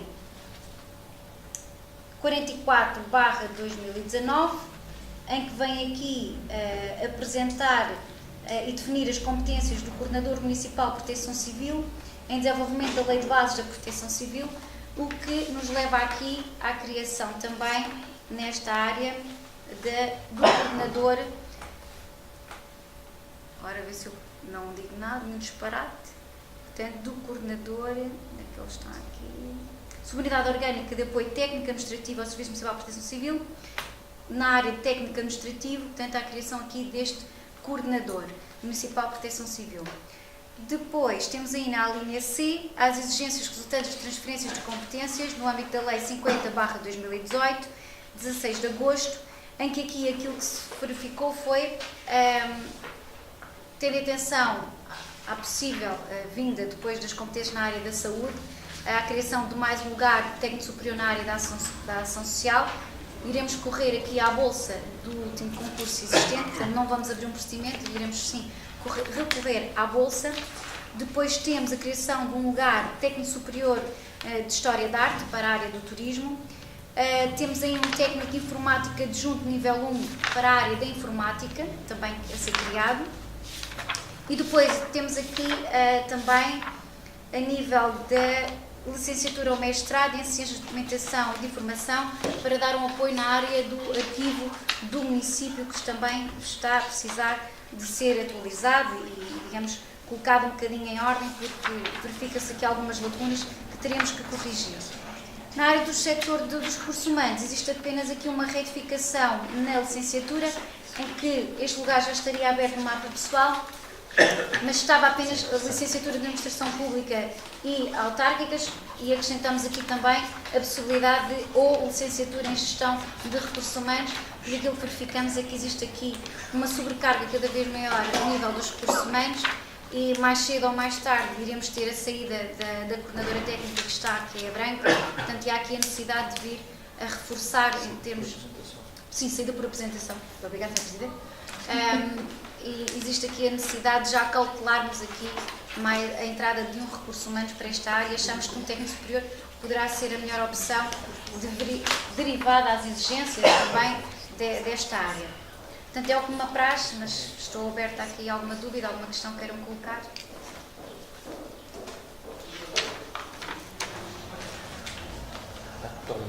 Nada? Não sei se há alguma questão sobre isto.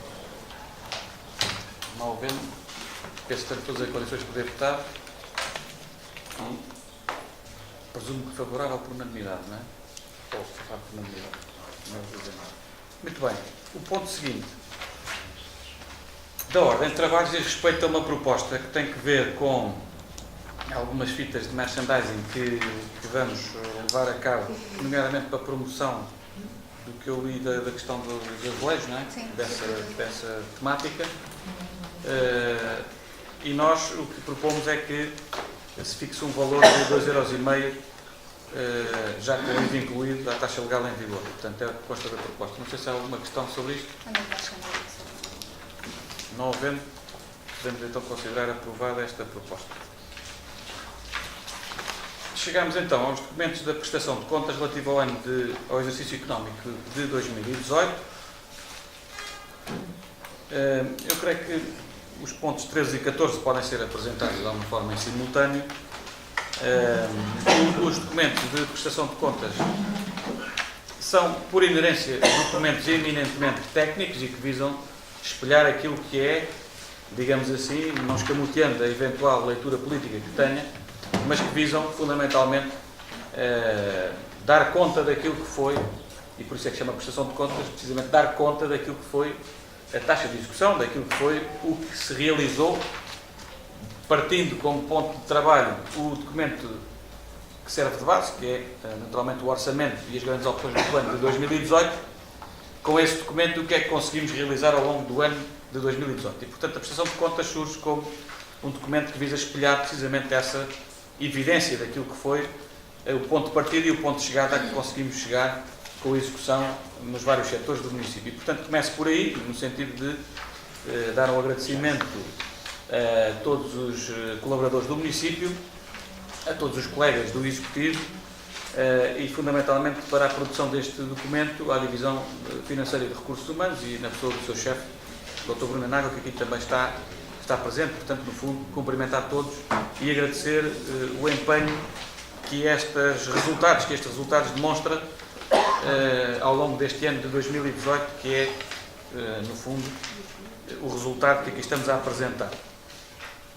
Portanto, a nível da execução, em termos dos macronúmeros, eu não vou entrar no detalhe, mas eventualmente se houver alguma questão mais de ordem específica, quero que eu próprio farei o melhor possível para responder e esclarecer, quero também aqui o Dr. Bruno Nagel poderá dar aqui algum tópico adicional.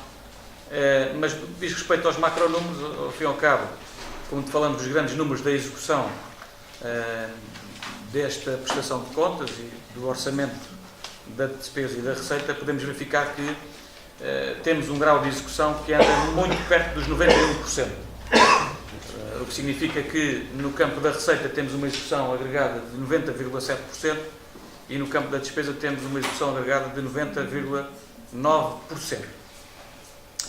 Ao nível da autonomia financeira, mantemos um rácio que tem sido coerente nos últimos anos, 62%, que ainda não é o ideal, mas apesar de tudo é relativamente confortável. eu destacaria, sobretudo, a execução, quer das GOP, que é as grandes opções do plano, quer, sobretudo, do PPI, que é o Plano Plurianual de Investimentos, em que desde 2002, que é o ano em que nós temos registros através da aplicação do POCAL das autarquias locais até à data, é o grau de execução percentual mais elevado que apresentamos. 84% no PPI e 88,9%, portanto 89% nas GOP.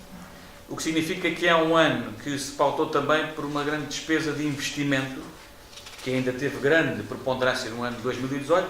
Estamos a falar, por exemplo, só a título meramente exemplificativo, do Centro Escolar de Avelã dos Vinhos, em que teve a execução toda desse investimento praticamente neste ano de 2018.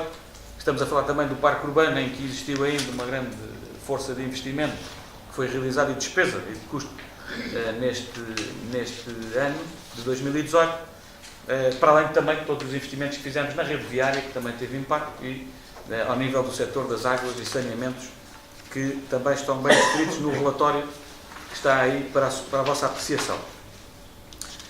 A nível do prazo médio de pagamentos, não obstante a atividade ter aumentado e, sobretudo, a despesa de investimento ter aumentado como resulta dos documentos e como resulta do resultado da execução que apresentamos neste campo, efetivamente o prazo médio de pagamentos teve um comportamento positivo, ou seja, nós ainda assim terminamos com um prazo médio de pagamentos 2 dias, são 2 dias, vale o que vale, mas são 2 dias abaixo daquilo que tinha sido o prazo médio de pagamentos do ano de 2017.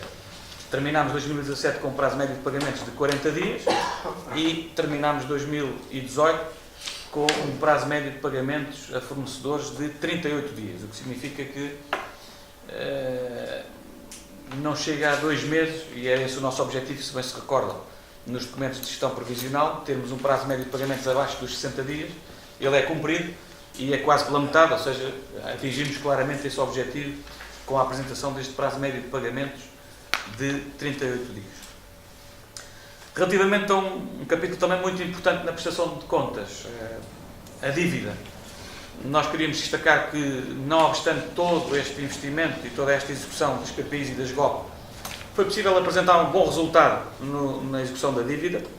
A dívida global das operações do município reduziu 7%, o que equivale a um montante na casa dos 425 mil euros de redução de dívida. Portanto, o passivo da Câmara está hoje estabilizado nos cerca de 5 milhões de euros.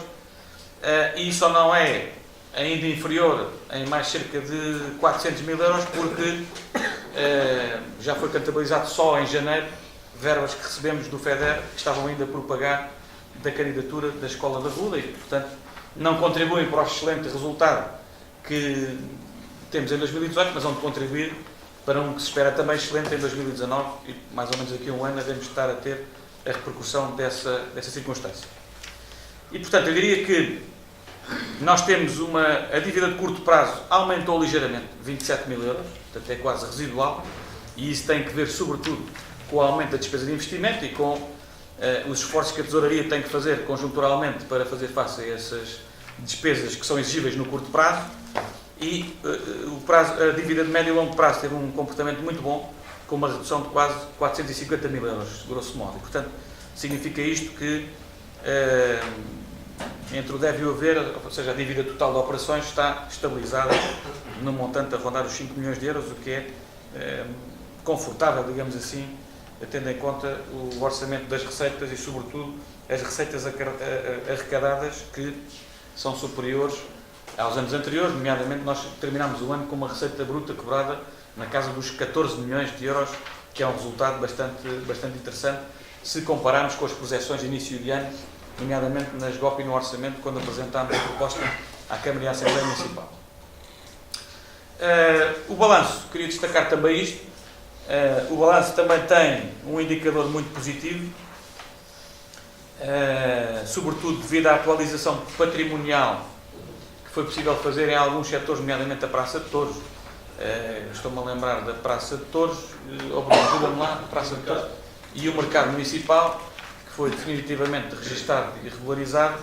Nós conseguimos abater, ou pelo menos verter no balanço, cerca de 800 mil euros, o que significa que há uma valorização de 4,5% do património municipal, o que tem impacto também no apuramento do balanço em termos positivos.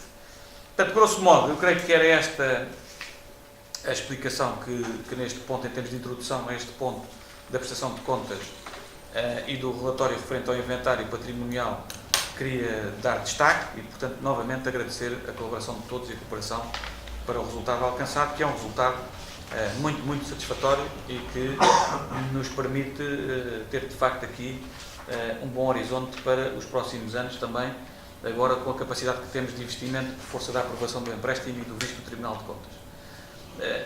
Há também o parecer do ROC, que aqui está em anexo e com certeza que viram.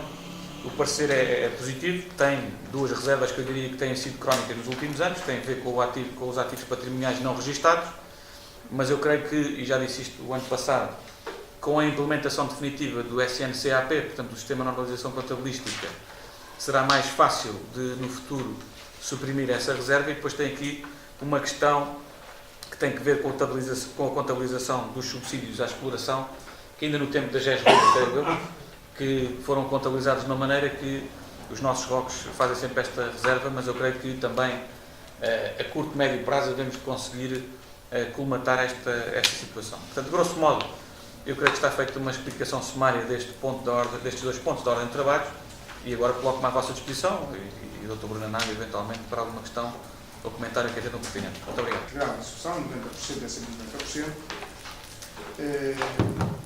A questão é, já o ano passado não temos isto e poderia repetir novamente aqui também esta argumentação, que são feitas constantemente algumas alterações que depois vão permitindo de alguma forma atingir o grau de execução que se atinge. Mas eu tenho aqui uma dúvida quanto aqui a alguns números e queria só colocar esta questão. Na página 5 temos aqui nos impostos diretos, portanto estamos a falar de IMI e IMT, creio eu, há um aumento, diz aqui, orçamento corrigido, 3.768 e depois realizado 3.393, digamos, números redondos. Na página seguinte, variação anual, verificamos que há, digamos, de 2017 para 2018, penso que este é o número correto, que há aqui um aumento de cerca de, que são 25%, parece que era mesmo 25% do aumento da receita, 617 mil. A pergunta que fazia era esta. O orçamento corrigido diz no quadro anterior que tínhamos 3.768. Depois aparece a verba 3.768 e depois realizada 3.393. Portanto, este aumento da receita é tendo em conta aquilo que estava realizado e não o corrigido, é isto. Porque a diferença era diferente.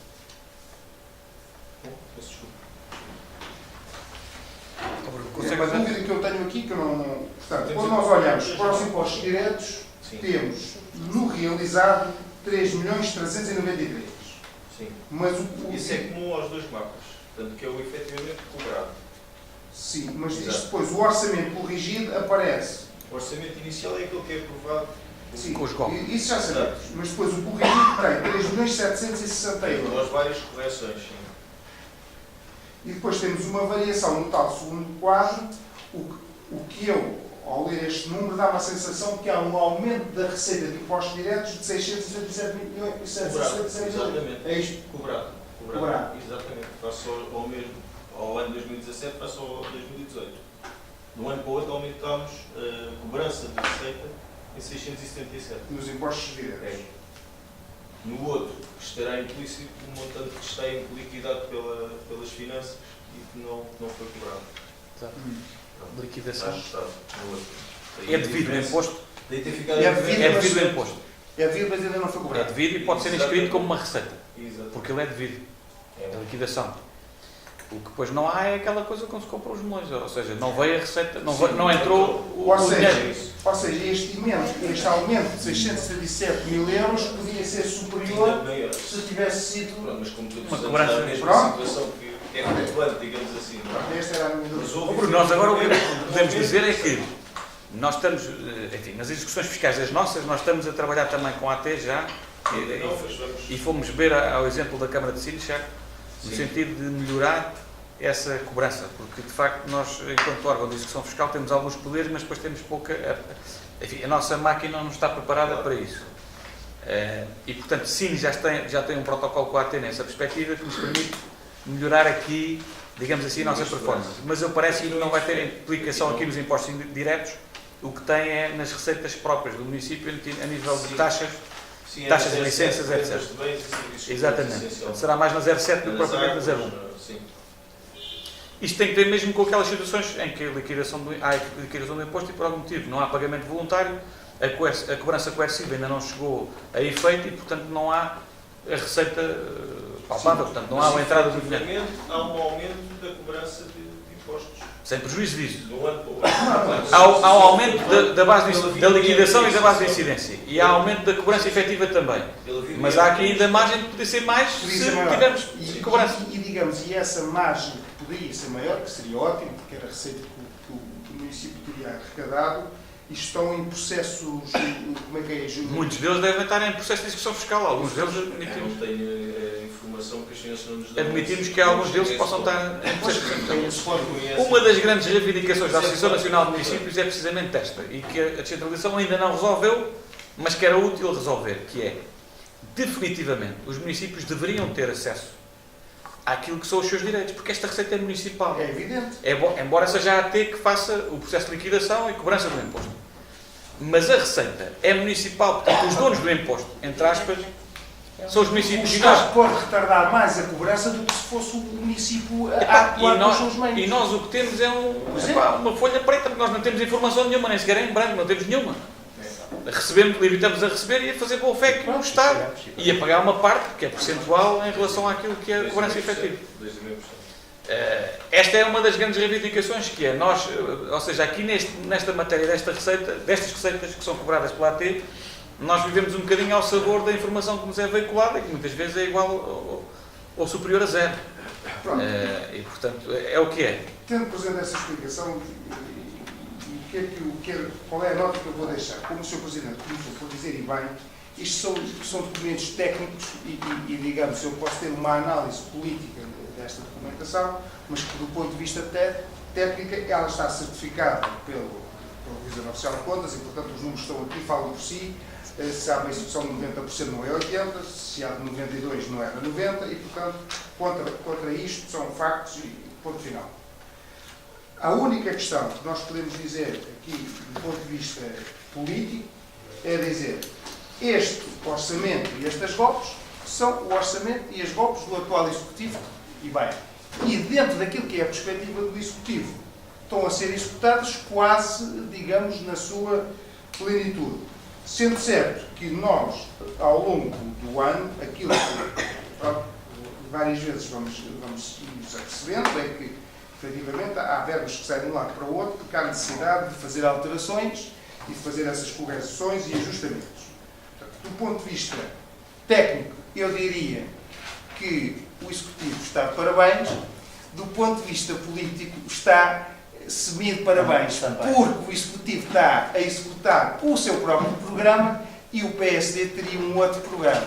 E, portanto, como está a ser executado e bem por este Executivo, o vereador da oposição não tem nenhuma dificuldade em fazer esta referência, mas, do ponto de vista político, não pode deixar de, antecipando já o nosso voto, que é a abstenção, porque este é o nosso programa. Se fosse o nosso programa, tínhamos que votar favoravelmente, dado o grau de execução que ele tem. Muito bem. Sr. Vereador, eu compreendo perfeitamente a situação, até diria o seguinte. E também não é novidade nenhuma aquilo que vou dizer. Portanto, já estamos na época em que não vale a pena. O Sr. Vereador quer falar. Mas já agora, antes de dar a palavra, dizer só o seguinte. As regras em vigor na Casa e até a equipa técnica que elabora estes relatórios de gestão e esta prestação de contas, o Dr. Bruno Manuel está ali, não me deixa mentir, é precisamente a mesma que fazia a prestação de contas do ano 2011, em que o grau de execução era inferior a 60%. Ok? Portanto, não foi a lei que alterou, nem foi a equipa técnica que alterou. O que alterou foi uma forma de fazer orçamentos municipais, uma forma diferente da gestão, que vale o que vale e que foi sancionada em termos políticos. E, portanto, hoje em dia, nesta casa, o que se diz sempre é: para fazer orçamentos há uma regra de ouro. Não é a despesa que vai determinar o nível da receita, é ao contrário. É o nível da receita é que vai balizar o nível da despesa que nós podemos fazer. E este resultado dos 91% ou 92% significa isso mesmo, é que no campo da previsão das receitas e das despesas nós temos andado bem todos. Os contribuem para a aprovação dos documentos e os contribuem para a sua elaboração. E eu acho que é assim que tem que ser, porque se não for assim, nós responsavelmente não podemos estar a exercer programas políticos sem comprometer as gerações vindouras. E, portanto, esta forma podem esperar sempre de nós, ou seja, compromisso máximo com os nossos projetos políticos e com a ambição de queremos fazer todos os projetos políticos até ao final do mandato, e compromisso máximo com o rigor na gestão orçamental desta casa, que é para nós algo absolutamente essencial e uma ferramenta imprescindível de trabalho para o futuro. Portanto, basicamente, também não é nada de novo aquilo que estou a transmitir. Deixe-me só dizer isto, antes de dar a palavra aqui ao Sr. Vereador. É isso que a oposição espera, e continua a ser rigorosos. Mas há uma coisa que o Sr. Presidente vai sempre buscar. Agora, 2011, com o nosso programa. Com o nosso exato, mas deixe-me dizer o seguinte: o Sr. Presidente vai sempre buscar 2011, eu devo dizer, pronto, não era vereador em 2011, mas era bom que o Sr. Presidente invocasse um mundo que nunca invoca. Era qual era a receita dos impostos diretos em 2011 e qual é que é a receita dos impostos diretos em 2018. Se de 2017 para 2018 aumentou 25%, veja quanto é que aumentou desde 2011 para agora. E depois diga-me se com este aumento da receita não é possível fazer mais obra e melhor obra para os municípios da região. Era mais 8%. Mais 8% era, até aos 100, temos a limitação dos 100%. Não, estou a dizer que com a receita que se tem. Não escondo o aumento da receita. Mas aí não era possível, era fazer a redução da dívida que fizemos, pronto. pagar a tempo e horas. É porque eu também não quero voltar aos tempos nesta casa em que se pagava há 286 dias. Sim, tudo bem. Eu não... Não, é só para isso. Epá, se alguém está confortável em pagar a fornecedores e relacionar-se com fornecedores a pagar a 286 dias, eu não estou. E eu penso que aí sou secundado por todos os colegas que estão aqui. Não podemos comparar não, o período de crise de 2011, 2012... Não, os 286 dias não são de 2011. São. Não são. Veja, vá lá ver. Com o Pael, à vontade. Veja lá. Depois o Pael foi em 2013. Pois? 2012 para 2013. Pois, mas 2011 a 2012, veja lá. Mas 286 dias era muita coisa. Uma coisa é estarmos num período de crise, outra coisa é estarmos num período de mais desafogo. E ainda bem que assim é. Porque eu estou aqui para reconhecer o bom trabalho que se faça, Sr. Presidente. Não tenha problemas, que eu não terei nunca a reconhecer isso. Agora, e quanto mais fizer, melhor. É possível fazer mais. Ficam todos a ganhar. É possível fazer mais. Estou todos os dias motivado, saio todos os dias de casa e os colegas motivados. Agora, o senhor disse para fazer sempre mais. Temos a dinheiro para comprar os melhores. Agora, é preciso responsabilidade. É preciso responsabilidade. É verdade, e era preciso ter dinheiro que não havia. E a responsabilidade é esta: apresentar continhas certas, 90 e tal % de execução. Mas era preciso haver dinheiro. E as regras não se alteraram.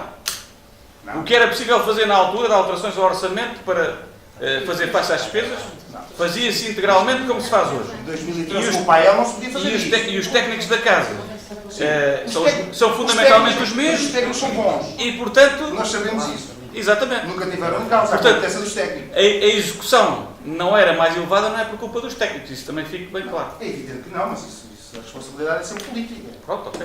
Agora, quando não se tem dinheiro, Sr. Vereador.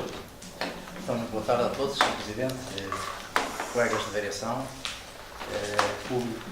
Eu queria deixar aqui alguma nota, para já corrigir a minha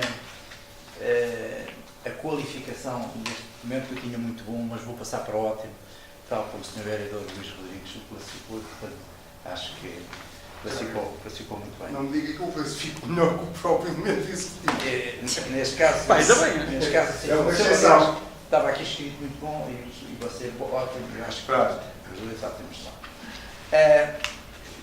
Dizer também que os documentos são o que são, mas têm todos eles um fator que, neste caso concreto, revela rigor. Rigor, objetividade. Quando se evoca o facto de agora há dinheiro e há possibilidades de, também é bom, e isso não foi transversal num determinado período de todos os municípios, quase todos ou muitos municípios do país, enfatizarem fazer implementos alguns artificiais naquilo que seriam os potenciais receitas e depois da realidade não vinham a acontecer. Mas pronto, era passado. Queria deixar ainda uma outra nota, que é, e ao mesmo tempo, um pensamento político de potenciar poupanças naquilo que é hoje, ou vem sendo já há alguns anos, esta parte do município de Ruda, os prazos de pagamento. Portanto, reduzindo da bitola que o Sr. Presidente acabou de referir há alguns anos, não muito desta parte, estamos em cerca de 38 dias. O que é que quer dizer com isto? Que é uma mensagem que já está, penso eu, interiorizada nos potenciais interessados a concorrer, quer a concursos, quer a ajustes diretos, etc. E tentar ter aí poupanças financeiras, porque as pessoas sabem que no município de Ruda há um pagamento garantido a curto prazo e que potencia, enfim, uma redução desse mesmo objetivo. Portanto, era esta nota que queria interiorizarmos todos e estarmos atentos naturalmente. É uma mais-valia que daqui também pode e seguramente vai ser aproveitada. E depois fazer um comentário não jocoso, mas real, que é a abstenção constrangida do PSD na palavra do Sr. Vereador Luís Rodrigues, e agora o constrangido assume toda a responsabilidade da minha parte. Não sei se há mais alguma colega que queira pronunciar-se, não? Podemos então deliberar, aprovar por maioria com a abstenção do Sr. Vereador Luís Rodrigues, solicitados aqui pela Planética, que está a desenvolver um processo de mapeamento na Quinta da Fonte do Ouro e basicamente há aqui uma cedência ao domínio público numa área de terreno que, enfim, poderia ser equacionado em termos puros e simples, mas a proposta da Planética é que possa ser implementado lá nessa zona um pequeno arranjo urbanístico que passa também para a colocação de alguns equipamentos de fruição pública e, nos termos da proposta que está aqui dos serviços, poderemos verificar que estamos a falar de uma compensação que, se tivesse que ser, no fundo, compensada em termos de numerário, iria gerar uma receita para o município de cerca de 3.404,88 €. E a proposta é que, substituindo essa compensação em numerário, esta entidade possa fazer, no fundo, o arranjo urbanístico e também a manutenção e, nos termos dos serviços, da proposta dos serviços, neste caso da informação técnica, que está aqui de base, tal encargo poderá representar 25.000 € de investimento, o que significa que para nós pode parecer uma vantagem, até porque embeleza aqui aquela zona urbanística e tudo isso, e portanto a nossa proposta é que se possa aceitar em reunião de Câmara esta situação de substituição da compensação em numerário pela realização desta intervenção no espaço público. Não sei se há alguma questão dos seus vereadores, eu penso que a informação técnica é muito clara, não levanta grandes dúvidas. Muito bem, chegamos ao fim da ordem de trabalho, seguem os documentos para conhecimento.